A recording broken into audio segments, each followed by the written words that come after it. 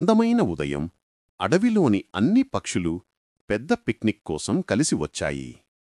గువ్వలు, చిలుకలు, కాకులు, పావురాలు, నెమళ్ళు అందరూ ఆనందంగా వచ్చి తమతో పాటుగా పండ్లు, వేరుశెనగలు, గింజలు తీసుకుని వచ్చారు.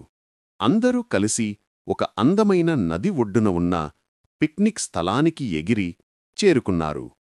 వారు సరదాగా ప్రారంభించగానే ఒక్కసారిగా ఒక పెద్ద పాము అక్కడికి వచ్చి చేరింది. పక్షులంతా భయపడి చెట్లపైకి ఎగిరిపోయారు. అప్పుడే ఒక ధైర్యవంతమైన గద్ద ఆకాశం నుంచి దూసుకువచ్చి ఆ పాముతో పోరాడి దాన్ని చంపేసింది.